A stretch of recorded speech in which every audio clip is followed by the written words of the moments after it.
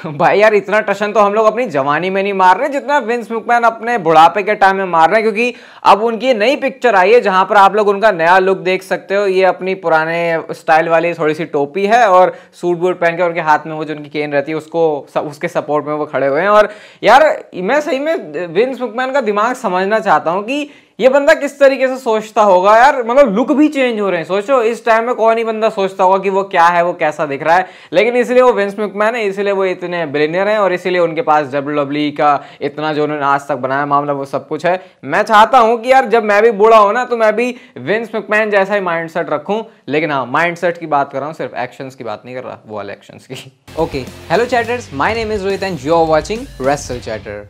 Welcome है guys आपका voice of wrestling के एक और नए एपिसोड में। सबसे पहले हम लोग स्टार्ट करते हैं लोगन पॉल के साथ में। तो एलिमिनेशन चेंबर WWE का प्रीमियम लाइव इवेंट होने वाला ऑस्ट्रेलिया पर्थ में, और वहां के लिए WWE ने ऑफिशियली लोगन पॉल को अनाउंस कर दिया है। और सबसे मजे की बात सुनो, इसमें WWE ने अलग से ऐसे बताया है कि लोगन पॉल भी शो पर होंगे। तो अलग से बताने का मतलब आप लोग समझ रहे हो कि जब अलग से WWE की सुपरस्टार के बारे में बता रहे हैं तो उसका मतलब कि सुपरस्टार को अलग से लाने की वैल्यू है, और इस वजह से WWE इसको अनाउंस कर रही है। लोगन पॉल ने भी रिएक्ट किया कि Australia I am coming back, ऐसे करके वो बता रहे हैं कि वो उनको भी बड़ी खुशी है इस वाले शो में आने की। तो बताओ आप क्या चाहते हो कि रेसलमेनिया से ठीक पहले एलिमिनेशन चेंबर में कौन होना चाहिए लोगन पॉल का ओपोनेंट। और अभी इंपल्सिव का उन्होंने पॉडकास्ट किया था तो वहां पर वो कुछ ऐसी पॉसिबिलिटी भी डिस्कस करते हैं जो कि आने वाले इसी यूएस चैंपियनशिप के रन में आपको देखने को मिल सकती है, और वो है कुछ ऐसे अतरंगी कारनामे करना जो कि WWE के top 10, top 20, top 50 all time movements में से हो जाए। वो जो हाई फ्लाइंग एक्शन जैसे जेफ हार्डी करते थे, मिक फोली ने किया हुआ है पास्ट में,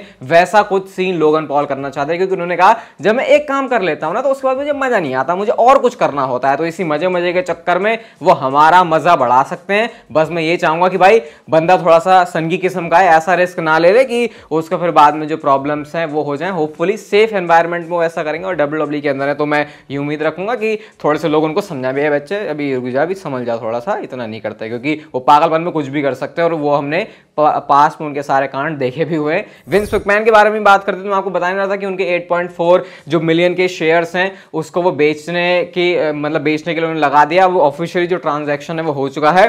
8.4 मिलियन शेयर्स बिके हैं और हर एक शेयर का प्राइस निकला $76। तो आप इसे $76 को इंटू कर सकते हो 8 मिलियन में। तो इतने पैसे जो है विंस मैकमैन के पास आए हैं। और पता है एक अंदर की बात यह है कि विंस मैकमैन अपना भौकाल दिखाना चाहते हैं कि भाई तुम लोग ये बात कर रहे हो अपनी फाइलिंग में कि विंस मैकमैन एक नेगेटिव इंपैक्ट बनाएगा WWE कंपनी के लिए, तो अपने उस चीज को दिखाने के लिए उन्होंने खुद ही शेयर बेच दिए। और ऐसा नहीं है कि विंस ने सब कुछ ही बेच दिया, उनका अभी भी है TKO में, लेकिन उन्होंने ऐसा अपना दबदबा दिखाने के लिए ये किया है। ऐसी भी इंटरनल बातें आ रही है। ऑब्वियसली विंस ने तो खुल के ऐसा खुद कुछ बोला नहीं है कि भाई मैंने इसलिए किया है, लेकिन ये जो है बहुत सारे लोग ऐसा फील कर रहे हैं उनके बारे में बैक स्टेज, और ऐसा इवन हो भी सकता है क्योंकि बोला नहीं मैंने आपको विंस मैकमैन का टाइम इस जीवन की इस घड़ी में भी किस तरीके से चलता है वो बहुत अलग लेवल का है। उस लेवल पे सोच नहीं सकता बंदा, तो बंदा कुछ भी कर सकता है। ये आज का दिन आपको पता है कितना खुश वाला होगा इंडियंस के लिए, क्योंकि कल आपको पता ही है इंडिया ने जो है सेमीफाइनल मैच जीत लिया, न्यूजीलैंड को हरा दिया, बदला ले लिया। अब ड्रू मैकिंटायर ने भी इसके ऊपर रिएक्ट किया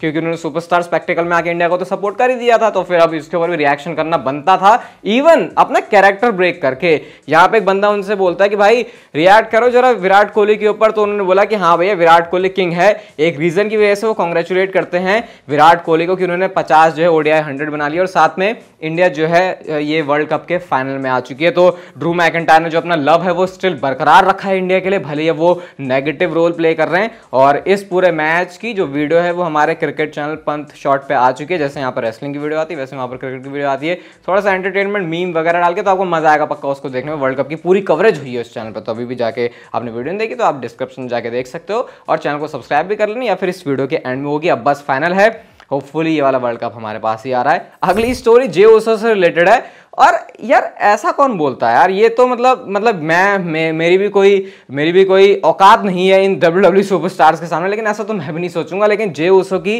पहली बार एक अलोन मतलब कि खुद का उनका मीट एंड ग्रीट वाला ऐसे मूवमेंट था जहां पे टिकट्स वगैरह लेके कुछ खरीद के आना था। तो सोलो उन्होंने ये सब कुछ किया। तो जे ओसो ने इसके ऊपर रिएक्ट किया कि कैसे वो बहुत ज्यादा नर्वस थे कि उनका पहली बार ये अकेला मीट एंड ग्रीट है, क्या उनसे कोई मिलने आएगा, लेकिन वो काफ़ी खुश होते हैं कि जो भी शायद लोग उनसे मिलने आए हैं।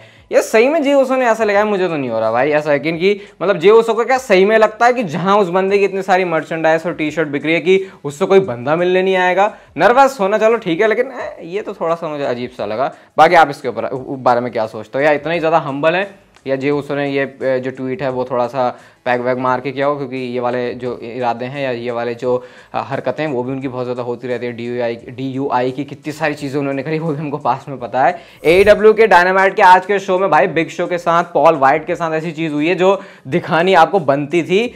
जो पावर हाउस हॉब्स है उन्होंने बिग शो को ऐसे पकड़ के ऐसे पटक दिया और कार के ऊपर पटका, और इतना मतलब ये बम्प जो लिया है, बम्प भी क्या बोले इसे, बम्प तो भाई कैनवस में होगा, रिंग में होगा, ये तो ऐसा बम्प है जो कार के ऊपर उन्होंने लिया है और थोड़ा सा अनकंफर्टेबल दिख रहे हैं यहाँ पे बिग शो। बहुत सारे लोग इसको क्रिटिसाइज कर रहे हैं, यार बिग शो अब हो गया, थम जा, अब नहीं करना ऐसा, अब तुम्हारा करियर हो चुका, अब तुमको रिटायरमेंट मजे से लेने की जरूरत है। क्यों तुम रिक फेयर की राह पे चल रहे हो कि भाई जैसा वो बंदा एंड तक रिटायरमेंट होने के लिए नहीं मान रहा तुम भी वैसा करोगे। लेकिन अगर बिग शो ठीक है यहाँ पे तो भाई अभी भी बोलना पड़ेगा यार, बंदे के अंदर इतना जज्बा है कि इतना भारी भरकम शरीर अपना वो अलाउ कर रहा है किसी को कि उठा के पटक दे, और रिंग में नहीं कार के ऊपर। तो स्पॉट तो बहुत ब्रूटल था। ये स्टोरी भी काफी अच्छी चल रही है उनकी, तो एक कुछ मूवमेंट आया तो मुझे लगा आपके साथ शेयर कर देता हूँ। वैसे AEW के बारे में ज्यादा मैं इसलिए बात नहीं करता क्योंकि उनकी तरफ से थोड़े से पंगे लग जाते हैं, लोगों को लगता है मेरा एक्सक्यूज है, लेकिन किसी दिन मैं आपके साथ शेयर कर दूंगा अपनी यूट्यूब वीडियो की लिस्ट जहां पे AEW की तरफ से कुछ कारनामे भी हुए हैं। अगली स्टोरी बैड बनी से रिलेटेड है, तो भाई बैड बनी के बारे में बहुत ही अच्छी न्यूज है, आप लोग खुश हो जाओगे सुन के। रेसलमेनिया 40 की जो नाइट 2 है वहां पर शायद बैड बनी आने वाले हैं। अभी बैड बनी का जो शेड्यूल है वो कुछ ऐसा है, क्योंकि ऑब्वियसली वो अपने टूर वगैरह भी करते रहते हैं, तो रेसलमेनिया 40 की नाइट 2 पर WWE उनको ला सकती है, मतलब अपने शेड्यूल के हिसाब से वो फ्री हैं और WWE उनको लॉक कर सकते हैं रेसलमेनिया की नाइट 2 के लिए। ऑब्वियसली अगर नाइट 2 के लिए उनको लेके आ रहे हैं तो गाना गवाने के लिए तो आएंगे नहीं, क्योंकि वो काम तो वैसे भी अपने अलग अलग शोज में जाके करते ही हैं, तो शायद WWE एक पॉसिबल उनका मैच सेटअप कर सकती है। अभी इनिशियल लेवल पर सारी बातें कुछ मुझे भी पता चलेगा इसके बारे में, तो आपके साथ भी शेयर कर दूंगा, लेकिन फिलहाल पॉजिटिव टर्म पर है बातें कि बैड बनी आ सकते हैं रेसलमेनिया 40 में। अगली स्टोरी ड्रू मैकिंटायर और उनकी नई टीम जजमेंट डे से रिलेटेड है। तो अभी हमको पता ही है उन्होंने जजमेंट डे को ज्वाइन कर लिया, सर्वाइवर सीरीज के 5 वर्सेस 5 वाले मैच की जो बातें वो भी चल रही हैं, सारा सिनेरियो मैम मैंने आपको एक्सप्लेन किया है। तो फिन बैलर ने अपने ट्विटर अकाउंट से किसी एक यूजर की, किसी एक फैन की इस पोस्ट को रीट्वीट किया है, जहां पे आप देख सकते हो ये पूरी जजमेंट डे है, और इस जजमेंट डे में ड्रू मैकिंटायर भी हैं, यहाँ पे डेमन पीस्ट भी हैं, डोमिनिक मिस्टीरियो है, Finn Balor, Rhea Ripley, JD McDonagh, सारे के सारे नाम है और काफी कूल सा ग्राफिक है। तो ऑलरेडी फिन बैलर तो मान रहे हैं कि हमारी जजमेंट डे में बंदा आ चुका है, मतलब आ तो चुका ही है, क्योंकि इन्होंने हैंडशेक वगैरह सब कुछ कर लिया। उसके बाद जो सारी सोशल मीडिया पर पोस्ट हुई वो मैंने आपके साथ शेयर किए हैं। बस अब हाँ, रॉ में एक बार दिख जाए कि ड्रू मैकिंटायर जजमेंट डे की, अरे यार कितना अभी सोचा मैंने कितना कूल लगेगा कि जजमेंट डे की पूरी एंट्रेंस हो रही है और साथ में ड्रू मैकिंटायर भी एंट्री मार रहे हैं अपना कुछ अलग सा, अगर वो पर्पल वाला पता नहीं क्या पहन के आ सकते हैं ड्रू मैकिंटायर, तो ये भी एक इंटरेस्टिंग पॉइंट रहेगा देखने के लिए। अब जब वो जजमेंट डे में आ ही गए हैं फाइनली, रिया रिप्ली ने उनको कन्विंस कर ही लिया कि भाई हमारी टीम में आ जा, वरना वैसे भी तेरा करियर तो सही डायरेक्शन में जा नहीं रहा है। सर्वाइवर सीरीज की बात करते हैं वॉर गेम्स की, तो ये बहुत सही डायरेक्शन में जा रहा है, क्योंकि WWE की जो इसकी टिकट्स हैं वो 16,000 से ज्यादा बिक चुकी है भाई, और 16,000 टिकट्स भी ऑल स्टेट अरेना में बिल्कुल जितनी ठोक ठोक के भरवा सकते हैं, जितने फैंस को लेके आ सकते हैं, उस हिसाब से मामला किया गया है। क्योंकि जब शुरू में इसकी कैपेसिटी WWE ने खोली थी, जितना मुझे याद है कि ये आई थिंक 11-12 हजार के आसपास थी, लेकिन अब जैसे जैसे मामला गंभीर हुआ, सीरियस हुआ, एक्साइटमेंट हाइप सब कुछ इसके अराउंड हो रही है, तो फिर WWE ने और कैपेसिटी खोली है। 16,000 से ऊपर ये मामला जा रहा है, देखते हैं अभी और लंबा जाएगा, मुझे नहीं पता इससे ज्यादा और क्या कैपेसिटी हो सकती है फिर नहीं, लेकिन इतना क्राउड इनफ है किसी के रिटर्न के लिए, किसी सरप्राइजिंग मूवमेंट के लिए, एक तगड़ा वाला पॉप देने के लिए। हमारी आज की अगली स्टोरी रोमन रेंज से रिलेटेड है, और आप मुझे बताना आप इसके बारे में क्या सोचते हो। ये WWE के फॉर्मर सुपरस्टार रहे हैं स्टीवी रिचर्ड्स, थोड़े थोड़े पुराने टाइम में कभी कभी अपीयर होते रहे, कुछ स्टोरी लाइन में इनकी कंटिन्यूस रही है थोड़े टाइम के लिए। तो इन्होंने ये बोला कि हमेशा किसी बड़े सुपरस्टार के साथ काम करके फायदा होता है, यंग सुपरस्टार्स को या फिर जिस सुपरस्टार को पुश करना हो, लेकिन रोमन रेंज एक एक्सेप्शन है। रोमन रेंज के साथ जो भी इस पॉइंट पे बंदा लड़ेगा उसका करियर ऊपर नहीं जाने वाला, बल्कि उसको एक तरीके से सेटबैक मिलेगा रोमन रेंज से हार के। और इसके पीछे उन्होंने ये लॉजिक दिया कि क्योंकि वो उस लेवल पे ऑपरेट कर रहा है तो हमेशा वो बंदा छोटा ही नजर आ जाएगा रोमन रेंस के सामने, जो भी उसके साथ फ्यूड कर रहा है। और इन्होंने एग्जांपल के लिए कोडी रोड्स का नाम लिया, इवन एले नाइट का भी हमने रिसेंट एग्जांपल देखा है, अभी तो पता नहीं कि उनकी फ्यूड कंटिन्यू हो रही है फिर नहीं। आप इस बात से कितना इत्तेफाक रखते हो? आपको क्या लगता है, क्या है ऐसा कि भाई रोमन रेंस के सामने जिस भी बंदे को डाल देते हैं अब उसकी जो कहानी है वो गड़बड़ हो जाती है? क्योंकि ये तो पता है कि स्पॉटलाइट तो मिलती है, लेकिन फिर उसको यूज कैसे कर रहे हैं उसके ऊपर भी बहुत सारी चीजें डिपेंड करती है। तो बहुत डिबेटेबल सा टॉपिक है, इवन इसके बाद एक पॉडकास्ट भी बन सकता है आई थिंक, अगर इस पर बात की जाए अच्छे से तो। बाकी आप लोग बताओ आपका क्या मानना है इसके बारे में, क्या रोमन रेंस समय एक करियर डिस्ट्रॉयर बने हुए हैं WWE सुपरस्टार्स के लिए? हमारी आज की next and final story related है रैंडी ओर्टन से। सबसे पहले तो मैं आपको एक स्टैट बताता हूं, और स्टैट ये है कि जो अगला मंडे नाइट रॉ का एपिसोड होने वाला है वो एग्जैक्ट वही जगह है जहां से आज लास्ट WWE में रैंडी ओर्टन ने अपना मैच किया था।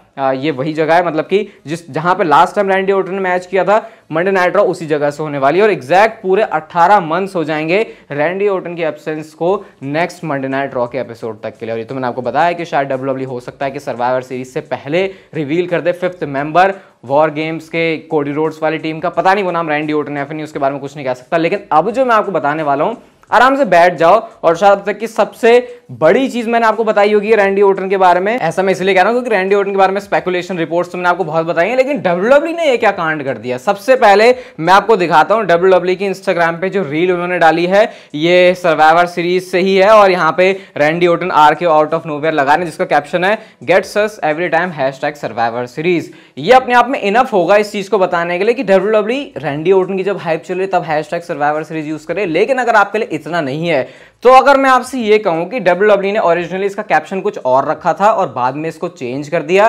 पहले WWE का जो कैप्शन था वो ये था, you just never know when an RKO is going to pop up #Survivor Series. अब देखो इंटरेस्टिंग बात यहां पे, WWE को ऐसी क्या जरूरत पड़ी कि उनको अपना कैप्शन चेंज करना पड़ा? पहले वाली पोस्ट तो चलो एक हिंट मान सकते हैं कि WWE इशारा कर रही है, लेकिन जो उससे पहले वाला कैप्शन था वो ये है कि तुम्हें नहीं पता कि कब जो है आरक्यू कहीं से भी पॉप अप हो जाए। और अगर ये पोस्ट हो गई तो इतनी भी क्या मजबूरी आन पड़ी कि WWE को उसका कैप्शन ही चेंज करना पड़ा। तो अगर कैप्शन चेंज हो रहा है तो आई थिंक इससे ज्यादा मुझे कुछ और बोलने की जरूरत नहीं है कि क्या WWE के प्लान्स हैं रैंडी ओर्टन के लिए, क्या WWE के प्लान्स हैं आने वाले कुछ टाइम के लिए, जो भी स्टोरी लाइन में वो चीज इंप्लीमेंट करने वाले। बाकी इससे ज्यादा मैं और कुछ बोलूंगा नहीं, अपनी बाकी सारी वीडियोस में बहुत कुछ बोल चुका हूं। इस समय स्क्रीन पर अभी आपको पंच शॉट चैनल की वीडियो दिख रही होगी, इंडिया और न्यूजीलैंड के सेमीफाइनल मैच की वीडियो जाकर जरूर देखना, मजा आएगा, मीम वगैरह सब कुछ इसमें आपके लिए। ये वीडियो अगर आपको अच्छी लगी तो उसे लाइक शेयर सब्सक्राइब और नोटिफिकेशन बेल को ऑन कर दो, and I will see you guys in my next video.